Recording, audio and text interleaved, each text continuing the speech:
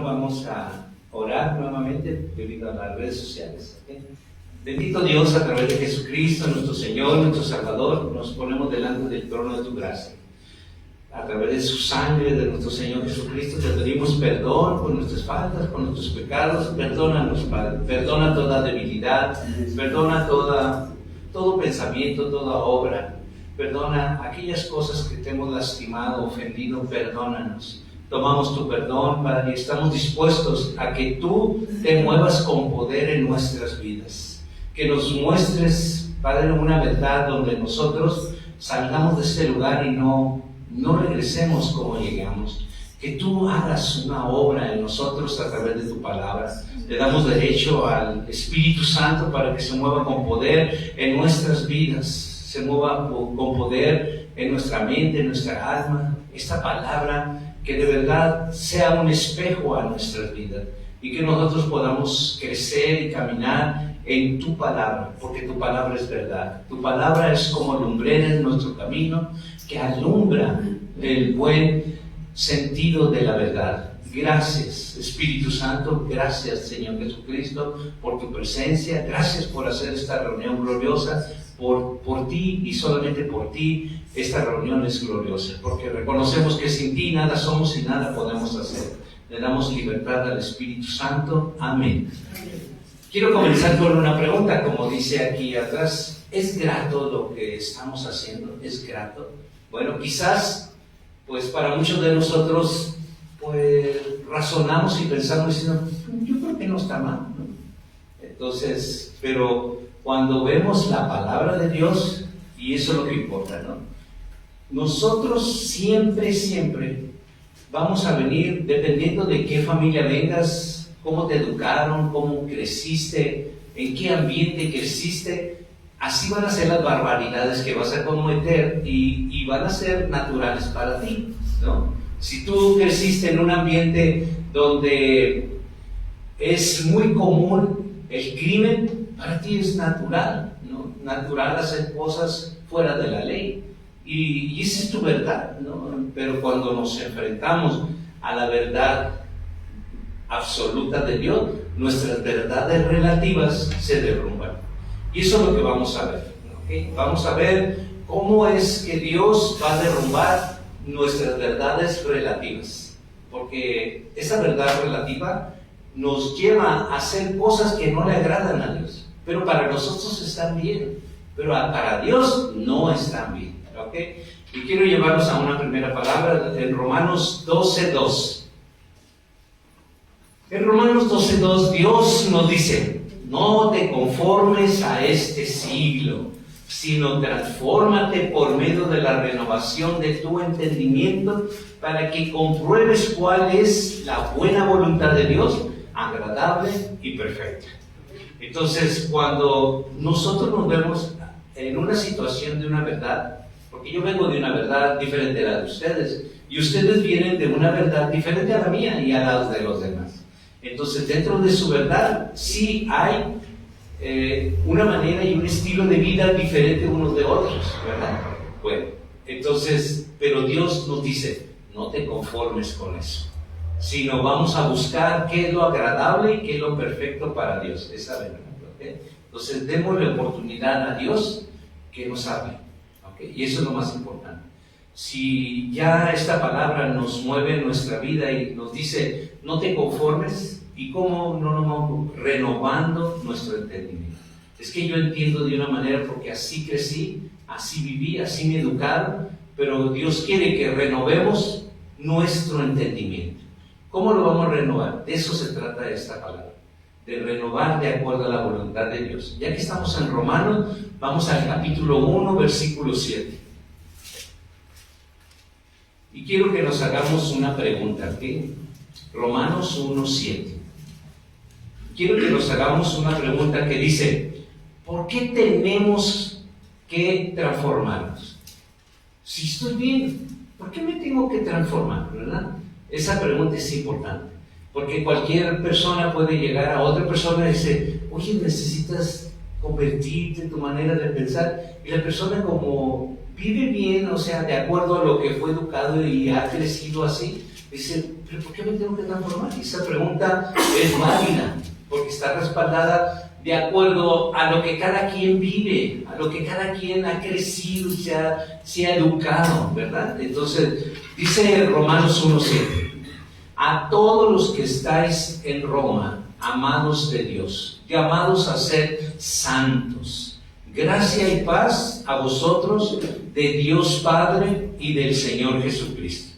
Entonces, ¿qué nos llama a ser santos? ¿Y saben qué? Santos no es perfecto, santos es apartados para Dios. Tenemos que comprender muy bien la palabra, ¿qué? Porque esa palabra, llamados a ser santos, piensan mucho de que, no, pues es que yo no puedo. No, sí puedes, sí podemos, ¿verdad? Lo que pasa es que hay muchas malas interpretaciones de la Escritura, y cuando es santo es solamente apartado para Dios. Dios se encargará de ayudarte para que puedas lograr obedecer a Dios, pero hay una mecánica de pasos a llevar a cabo para poder lograr, ¿sí? No se puede nomás estar orando por orar, hay que saber orar. No se puede nada más venir los domingos, los viernes, los miércoles, no se puede así, es mucho más allá. Tener que entender, ¿se acuerdan que leímos Romanos 12:2? Dice, renovación de vuestro entendimiento. Eso tenemos que renovar, el entendimiento. Si las cosas que aprendimos antes, Dios nos invita a que renovemos nuestro entendimiento a la luz de la Escritura, ¿ok? No a la luz del entendimiento de una interpretación de hombre. No, eso no sirve. Eso mejor quédate así como estás, porque saldrías como un hotel. Sales de una recámara y entras a otra, pero estás en el mismo hotel, ¿no? Hay que renovar el entendimiento con la palabra de Dios, ¿ok? ¿De acuerdo? Entonces, vamos a ver razones bíblicas para transformarnos, porque la pregunta fue, ¿por qué tenemos que transformarnos? Y vamos a ver 3 razones. La primera es, el corazón humano es engañoso, por eso tenemos que renovar. Mi corazón, tu corazón es engañoso. Dice en Jeremías 10:23. Jeremías 10, versículo 23. Carito está poniendo la palabra atrás de mí, creo, ¿no? Sí. Para aquellos que no la ubiquen, aquí atrás está. Jeremías 10:23 dice, conozco, oh Jehová, que el hombre no es señor de su camino, ni del hombre camina es el ordenar sus pasos. Nosotros no podemos ordenar nuestros pasos. Hay alguien que sí lo puede hacer, y se llama Jehová Dios. Entonces dejémoslo que Él ordene nuestro caminar y nuestros pasos, ¿ok? ¿Por qué? Porque nuestro corazón es engañoso. Nosotros podemos pensar que estamos bien, te estás engañando. La verdad, no estamos bien, ¿ok? ¿Saben por qué les digo que no estamos bien? Porque no somos perfectos. Por esa razón no estamos bien. Entonces, siempre y cuando nosotros nos apeguemos de acuerdo a la palabra que leímos en Romanos 1:7, que dice, todos estáis en Roma, amados del Señor, llamados a ser santos. Cuando yo entendí y ustedes entendimos juntos de que fuimos llamados por Dios, ahí ser santos, hermano, fuimos llamados a que ya no hagas lo que tú quieres. Fuimos llamados a hacer su voluntad y dejar de hacer mi voluntad. Eso es santo. Fuiste llamado a ser santo. Quiere decir de que ahora ya no vas a hacer lo que tú quieres. Santo significa, ahora voy a hacer la voluntad de aquel que me está llamando. Y me voy a esforzar. ¿Okay? Eso es bien importante entender, de acuerdo a Romanos 12:2 que leímos, renovado nuestra manera de pensar. ¿Okay? El segundo punto es, el mundo está bajo el maligno. Eso tenemos que entenderlo, ¿ok? Miren, nosotros podemos decir, aquí en mi casa mando yo. Definitivamente, ahí el que reina es el diablo. Definitivamente. Cuando alguien dice, aquí mando yo, de verdad esas son palabras del diablo. Porque el que reina es, acuérdense en Efesios 6:12, ¿no? Dice, no tenemos lucha contra carne y sangre. ¿De acuerdo? Entonces, cuando alguien dice, aquí mando yo, esas son palabras de Satanás el diablo. Aquí debería mandar Dios. En un hogar debe de mandar Dios. ¿De acuerdo? Entonces dice, el mundo está bajo el maligno. Primera de Juan 5:19 dice así: sabemos que somos de Dios y el mundo entero está bajo el maligno. El mundo entero. El mundo entero, pero menos mi casa. Todo el mundo entero. ¿Okay? Solamente los que hemos entendido, renovado nuestra manera de pensar, salimos de ese reinado de Satanás, y ya en mi casa no mando yo, manda Dios. Yo jamás digo, aquí mando yo, no, aquí manda Dios. No, en nuestro hogar manda Dios. De verdad, y caminamos en su voluntad. Allí no manda nadie, no mando yo, manda Dios. Y eso nos trae mucha paz, mucha armonía, y de verdad nuestra casa habitación se convirtió en un hogar. Amén. Y nos disfrutamos, de verdad. A nosotros nos han llegado a preguntar, ¿no se enfadan? O sea, las 24 horas se la pasan juntos, andan por todas partes juntos, ¿no se enfadan? No, siempre tenemos tópico de plática, conversación, nos edificamos mutuamente, porque el que manda es Dios. Y ahí está la clave. La clave está esa, ¿no? Cuando alguien, recuerde, cuando alguien, sea el varón, la mujer, que diga, esta es mi casa y aquí mando yo, ese es una frase satánica. No debería mandar. Lo acabamos de ver aquí, hermano. Dice, sabemos que somos de Dios. Y si sabes que eres de Dios, entonces ¿por qué estás diciendo que mandas tú? Si eres de Dios. Cuando tú declaras que eres de Dios, entonces nada es tuyo. Tu vida no es tuya, tu casa no es tuya, tu carro no es tuyo, tu dinero no es tuyo. Tú eres solamente un insignificante administrador de lo que es de Dios. Amén. Punto. Eso es lo que somos. Administradores por su buena voluntad, además. ¿Okay? Porque todo lo que nos pone en las manos solamente lo administramos, pero todo es de Él. ¿Sí? El tercer punto es que las costumbres del mundo pueden parecer correctas, pero nos llevan a la muerte. Proverbios 16:25. Las costumbres del mundo, y yo no hablo costumbres de otras personas, hablo las costumbres de tu propia familia, donde tú te creas. Esas costumbres, ¿ok? No es, en mi casa se usa eso. En mi casa se usa que cuando nos reunimos hay un pomo de kilo, ¿no? de alcohol, o un cartón. Ese es Miguel Ángel, ¿no? Yo pongo los cartones, pero para echar el aire para hacerlo. Entonces, dice Proverbios 16:25, hay camino que parece derecho al hombre, pero su fin es camino de muerte. Parece ser que todo va bien, pero de verdad el final va a ser la perdición de nuestras almas, ¿verdad? Por eso tenemos que estar bien alerta y el título de esta predicación, ¿es grato lo que estoy haciendo? Esa pregunta tiene que hacernos cada quien nosotros, ¿no? El ejemplo tenemos en la vida de Lot. Aunque era justo, vivía en Sodoma, fíjense, aunque era justo, porque las costumbres del mundo, pues, ¿no? ¿Cómo influyen en tu vida? Por ejemplo, si tú tienes amistades que son léperas, que son pornográficas, alcohólicas, fumadoras, drogadictas, y te mueves en ese ambiente, es en el ambiente donde Lot se movía. La prostitución, la drogadicción, hombres con hombres, mujeres con mujeres, ahí en ese ambiente se movía.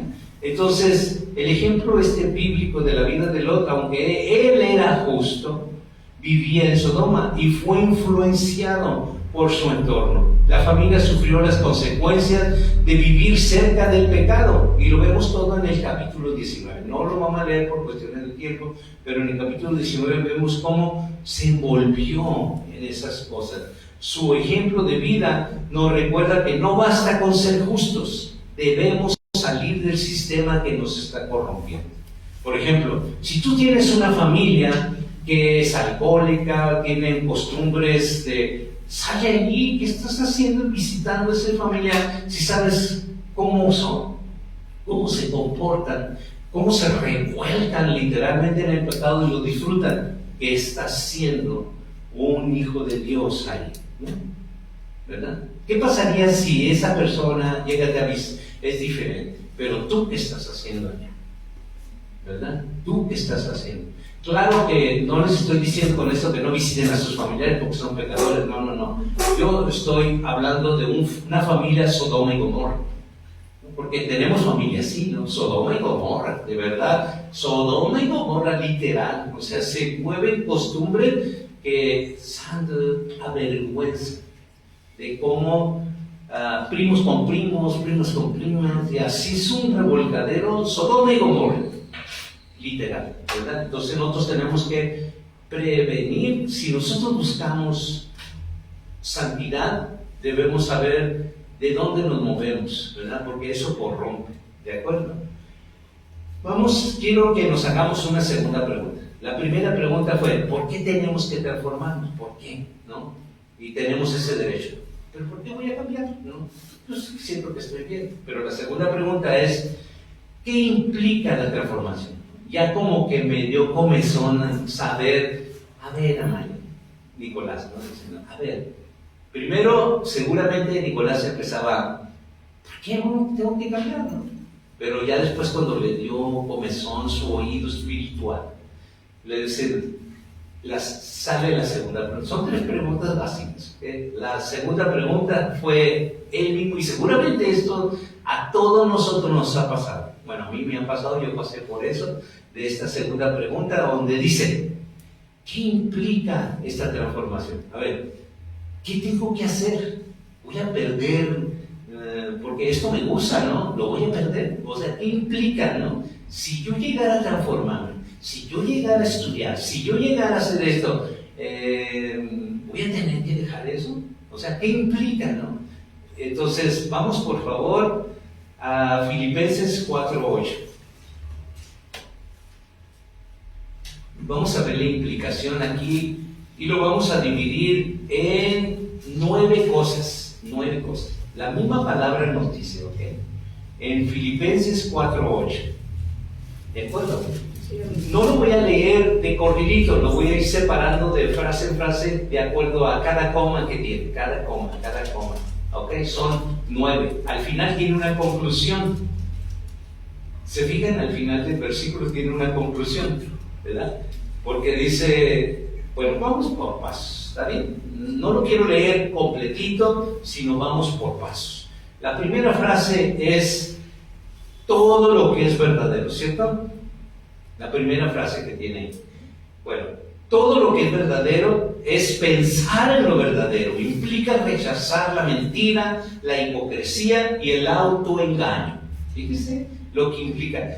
Todo lo que es verdadero es pensar lo verdadero. Implica rechazar la mentira, la hipocresía y el autoengaño. Ahí ya comienza la transformación, ¿verdad? La transformación. Tenemos un ejemplo. El ejemplo es en la vida de Natanael, ¿no? Jesús lo describe así. Jesús dice en Juan 1:47, fíjense cómo lo describe Jesús. Este es el ejemplo de que qué implica, ¿no? ¿Qué implica? Entonces dice Jesús de Natanael, dice 1:47 de Juan. Cuando Jesús vio a Natanael que se le acercaba, dijo de él, he aquí un verdadero israelí, en quien no hay engaño.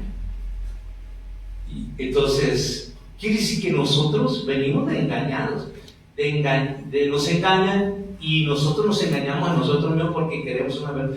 Yo creo que no estoy tan mal, ¿no? ¿Verdad? Así pensamos. Todos pensábamos así. ¿Yo de qué me tengo que convertir? Yo no estoy mal, ¿no? Porque, mira, ¿a quién está peor que yo? Y nos comenzamos a comparar, ¿no? Aquí sí, de verdad, yo no me tomo un litro, pero ya me voy para la casa, pero aquí se quieren las banquetas y nos comenzamos a comparar con otro peor o otra peor, ¿no? Sí, yo me lechonco los fines de semana, pero yo me lechonca todos los días, o sea, ¿por qué te fijas en mí, verdad? Entonces, eso. Pero Jesús hablaba de Natanael y él decía que verdaderamente él era un israelita. Entonces, que así digan de nosotros, verdaderamente la hermana es una cristiana. verdaderamente es una cristiana. De verdad. Porque yo conozco otros cristianos que qué bárbaros esposos. Qué bárbaros, ¿verdad? Entonces son mal ejemplo. Pero para que exclamen y que le alaben labios ajenos diciendo, verdaderamente la hermana Rosita es una cristiana. Verdaderamente. Eso, esa expresión. Por esas razones nosotros tenemos que buscar la transformación, ¿verdad? La siguiente frase de Filipenses 4:8 es todo lo honesto. La honestidad aquí se refiere a lo digno, a lo noble, a lo que inspira respeto. A eso se refiere todo lo honesto, ¿ok? Son cosas importantes. Se refiere a lo digno, a lo noble y a lo que inspira respeto. Mis respetos, de verdad. Mis respetos porque yo conocí esa mujer, pero hoy mis respetos. Yo conocí a ese hombre, pero hoy mis respetos, ¿verdad? Entonces, todo lo honesto, eso es, dice el ejemplo de José en Egipto. Fíjense muy bien en Génesis 39, versículo 9. Dice la palabra, no hay otro mayor que yo en esta casa, y ninguna cosa me ha reservado sino a ti, por cuanto tú eres su mujer. ¿Cómo pues haría yo este grande mal y pecaría contra Dios? Entonces, qué honestidad de José, ¿verdad? Porque según la mujer, yo no puedo saber, pero me imagino que la esposa de Potifar no era una mujer fea. Y se le estaba insinuando, ¿no? Y se le estaba ofreciendo, porque literalmente le estaba diciendo, acuéstate conmigo, ¿verdad? Entonces, mis pensamientos, tus pensamientos, nos forman un carácter a no rebajarnos con el pecado, aun cuando sea muy fuerte la tentación, ¿ok? La siguiente frase es todo lo justo. Y esto, todo lo justo, se refiere a pensar en lo justo.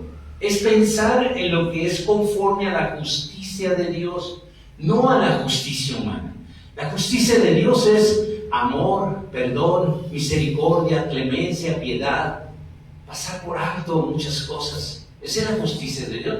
Pero nuestra justicia, no, con todo, se lo merece, ¿no? Si me hizo, que también le suceda, ¿verdad? Y que lo aplaste un tren y que mínimo que le caiga una roca encima y que le vaya muy mal, pues si me hizo sentir mal. Esa es la justicia del hombre.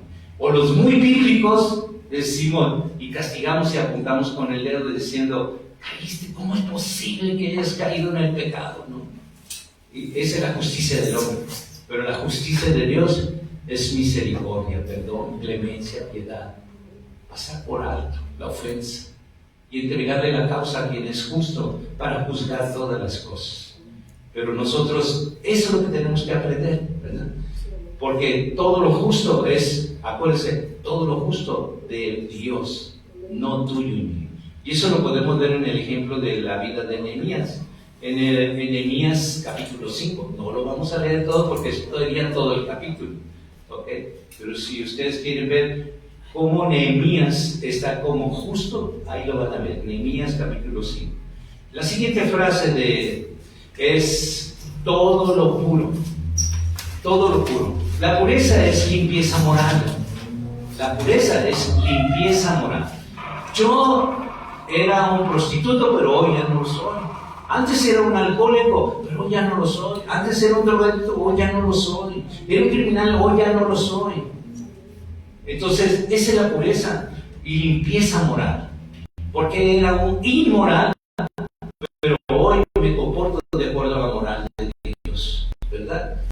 Y todo aquel que me señala, ¿tú quién eres para señalar si Dios ya me perdonó? Lo que yo antes, lo que tú miraste antes, Dios ya me lo perdonó.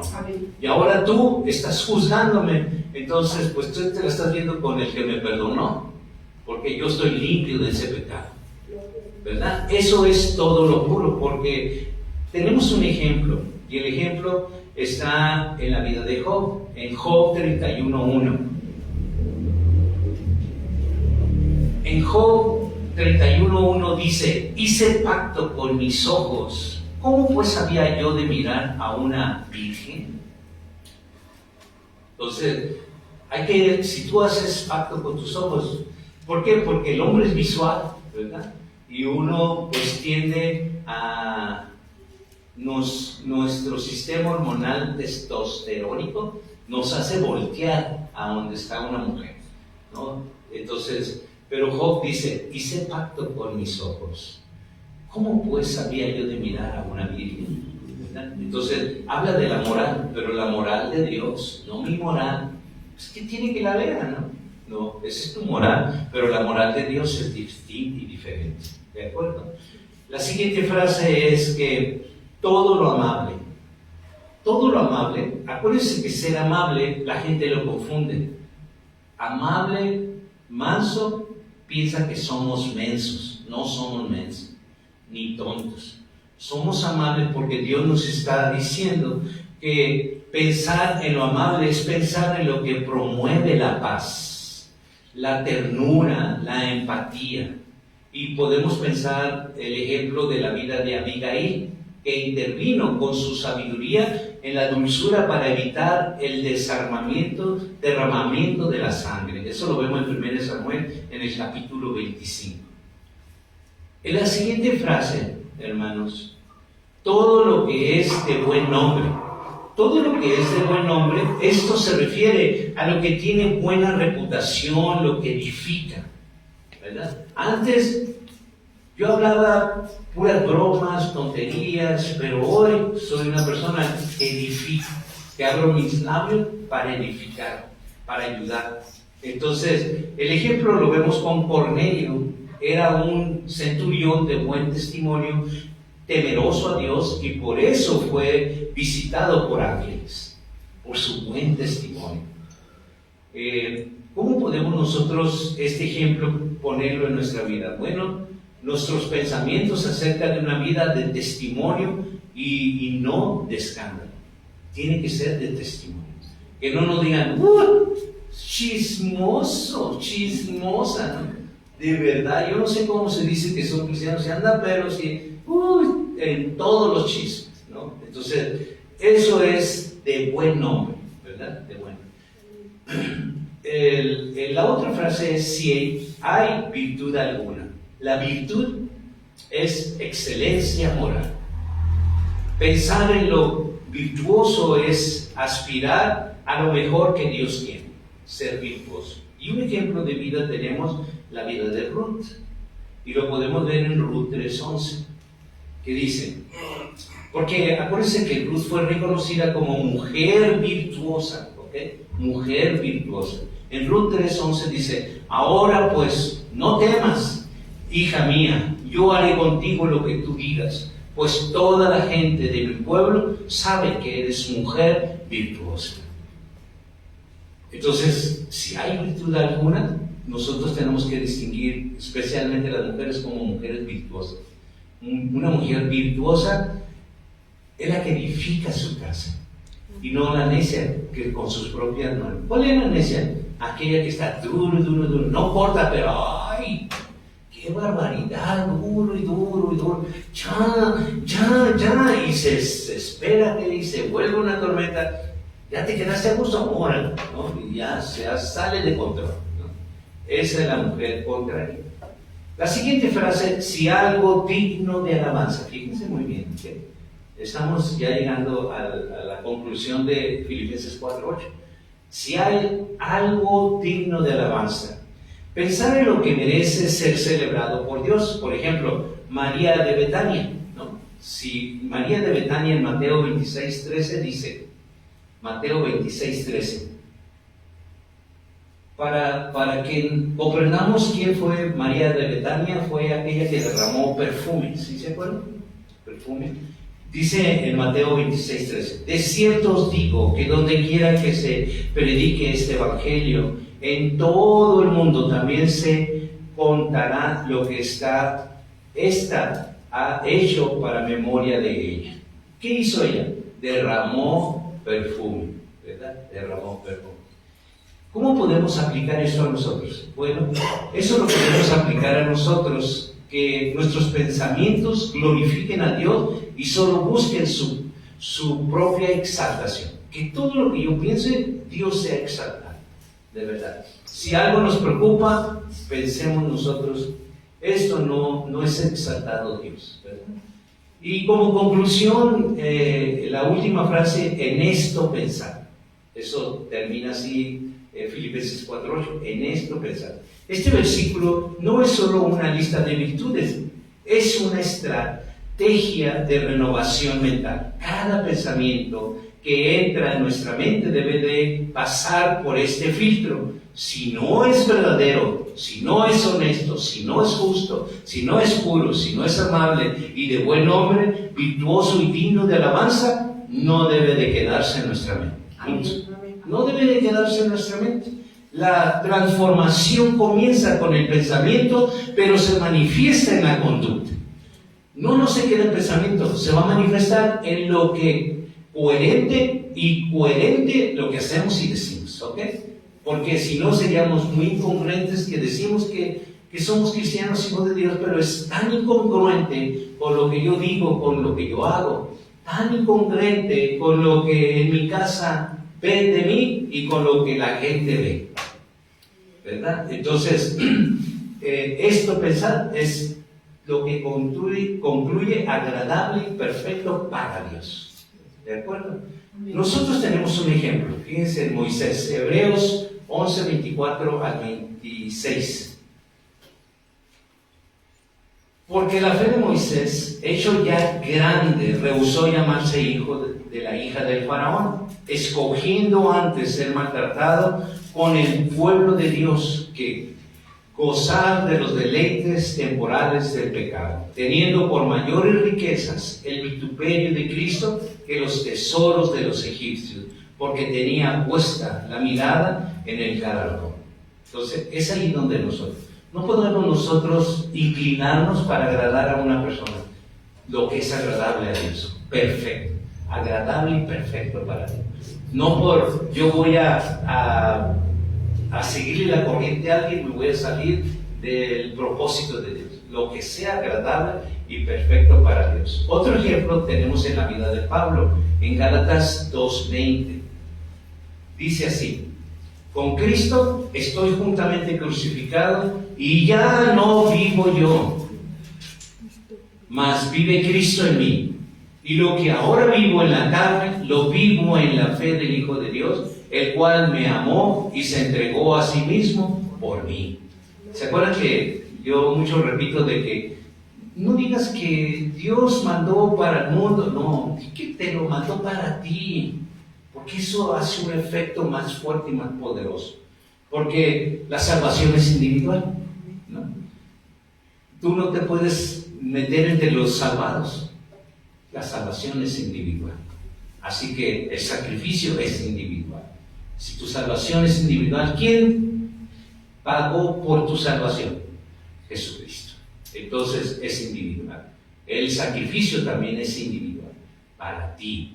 Y si tú lo tomas así, entonces vas a decir: Padre, pues yo quiero obedecer, quiero ser transformado por ti, ¿de acuerdo? Quiero que nos hagamos la tercera pregunta, ¿ok? La tercera pregunta dice así: ¿cómo podemos transformarnos? Ok, primero, ¿se acuerdan? La primera pregunta fue, dice la primera pregunta así, dice: ¿por qué tenemos que transformarnos? La primera fase, ¿no? ¿Pero por qué? ¿No? ¿Por qué? Y la segunda pregunta, ¿qué implica? Ya me dio cosquillita, ¿no? Ya quiero saber de qué se trata, ¿no? Le dije yo una vez a Lali: a ver, Lali, viniendo de Canadá, le dije: a ver, Lali, ahora sí yo quiero conocer a tu Dios, ¿no? Ahora sí quiero conocer. Es como esta pregunta 2, que dice: ¿qué implica la transformación? A ver, ¿de qué se trata, no? ¿Qué va a suceder si yo le entro a eso? ¿No? Porque yo recuerdo cuando le dije: vamos a Canadá y te prometo, Lali, que voy a agarrar la Biblia y voy a caminar contigo. Pero esa no era la transformación, era la apariencia. Pero cuando le pregunté, la segunda pregunta: ¿de qué se trata, no? Vámonos a un retiro. Y es cuando Dios comienza a hablar, ¿no? Ahí viene la transformación. Y la tercera pregunta es que, ¿cómo podemos transformarnos? No crean que nomás es transformarse nomás así. Hay cosas que tenemos que hacer nosotros, ¿ok?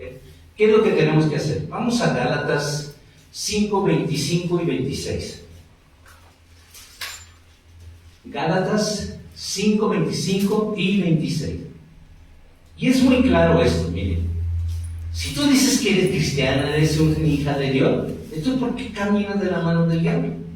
¿Verdad? Es ilógico. Y la palabra dice, si vivimos por el Espíritu, pues también andemos también por el Espíritu. No nos hagamos vanagloriosos, irritándonos unos a otros, envidiándonos unos a otros. Ahí no está Dios. Entonces, si somos hijos de Dios, pues caminemos de la mano de Dios, ¿verdad? Y que se vea que caminas de la mano. Verdaderamente la hermana Betty se ve que va de la mano de Dios. La hermana Maya se ve que va de la mano de Dios. Pero aquel hermano, santo Dios, dice que va agarrado de la mano de Dios, pero yo veo otra mano. Va agarrado de otra mano, no la de Dios. Porque agarrado de la mano de Dios nos lleva a hacer, pensar, decir, somos congruentes y coherentes en nuestro hogar, ¿no? Y donde quiera que yo me mueva, soy coherente, pero congruente con lo que yo estoy diciendo. Agarré la mano de Dios y soy congruente con lo que estoy diciendo, porque mi vida se nota, ¿verdad? No soy perfecto, pero se nota que voy agarrado de la mano de Dios. Los pasos para lograr esto, hermano, es primero, 1, 2, 3, 4. Con eso termino, 4 pasos, ¿ok? Dice, el primero, hay que esforzarnos para despojarnos del viejo hombre, despojarnos de la vieja mujer. Hay que esforzarnos. Cada uno de nosotros sabe lo que éramos, o lo que seguimos haciendo todavía, ¿no? Y tenemos que esforzarnos para despojarnos de esa parte de ser, porque esa es hacer mi voluntad, pero hoy yo quiero hacer la voluntad de Dios. ¿Qué tengo que hacer? En primer lugar, reconocer de que todavía yo no salgo haciendo mi voluntad, porque sigo siendo la misma persona de antes. ¿Okay? Dice en Efesios 4, 22 al 24. Efesios 4, 22 al 24. En cuanto a la pasada manera de vivir, despojados del viejo hombre que está viciado conforme a los deseos engañosos y renovados en el espíritu de vuestra mente, vestidos del nuevo hombre creado según Dios en su justicia, santidad de la verdad. Entonces, ¿qué tenemos que hacer? Miren, no tenemos que oír ni prestar atención de nadie. Es la palabra de Dios la que nos guía, la que nos forma, la que nos edifica. Y todo está en la Sagrada Escritura. Aquí no se trata de convencer a nadie. Es la palabra. Es la palabra que, entonces, cuando habla de despojarse del viejo hombre, no está hablando más que de las actitudes, de ese carácter, de esas costumbres, malas costumbres, ¿no? Malas costumbres. Entonces, la segunda es alimentarse de la palabra. Eso es bien importante. Es que yo oro en la casa. Es que yo leo la Biblia en la casa. Dios no escogió a llaneros solitarios. Dios escogió a un pueblo para que juntos seamos la iglesia, donde juntos formamos esa iglesia para que la presencia de Dios descienda en medio de nosotros. ¿Okay? Entonces dice en Salmo 119, versículo 11, en mi corazón he guardado tus dichos para no pecar contra ti. Y sus dichos son, no nos dejemos de congregar, como hay muchos, se les hace una costumbre. Dicen, hermano, que si yo oro, yo estoy leyendo la palabra en casa. ¿Y dónde está ese respaldo de que tú te dejes de congregar para tú hacerlo sola o solo en tu casa? Hay que hacerlo en tu casa, pero congregarse es un mandato. Porque si no lo hacemos, caemos en el pecado. En el salmo que acabamos de ver, para no pecar contra Dios. En cuanto nosotros decidimos cosas por nosotros mismos, pecamos contra Dios. ¿Qué no entendemos? Que fuimos llamados para hacer su voluntad. Entonces, ¿por qué sigues haciendo tu voluntad? ¿No? ¿Por qué sigues pensando de que Dios está probando el que tú ores, tú te dejes de congregar porque tú estás ahí orando, estás solito, ahí o solito? Eso sale de la voluntad de Dios. El segundo punto es alimentarnos de la palabra. Y el tercero es ser llenos del Espíritu Santo. Es algo bien importante. Llenos del Espíritu. No a medias, es lleno. Lleno quiere decir, cuando ya mis pensamientos dejan de ser mis pensamientos y son los de Dios, eso es ser lleno. Si todavía yo sigo de necio, terco, testarudo, aferrado, no estoy lleno del Espíritu. Lleno estoy allá haciendo la voluntad de Dios. Eso es ser lleno. Esa es la señal, ¿no? Dice en Hechos 2, 1 al 4. Cuando llegó el día del Pentecostés, estaban todos unánimes y juntos, y de repente vino del cielo un estruendo como de un viento rocío que soplaba, el cual llenó toda la casa donde estaban sentados, y se les aparecieron lenguas repartidas como de fuego, asentándose sobre cada uno de ellos, y fueron todos llenos del Espíritu Santo, y comenzaron a hablar otras lenguas según el Espíritu les daba que hablasen. Si observan aquí en la palabra, hermano, no es el Espíritu Santo el que tú hables francés, inglés, mandarín, alemán, no, es Dios Padre. Si se fijan en la palabra, ya más abajo al terminar, comienza, y todos fueron llenos del Espíritu Santo. Amén.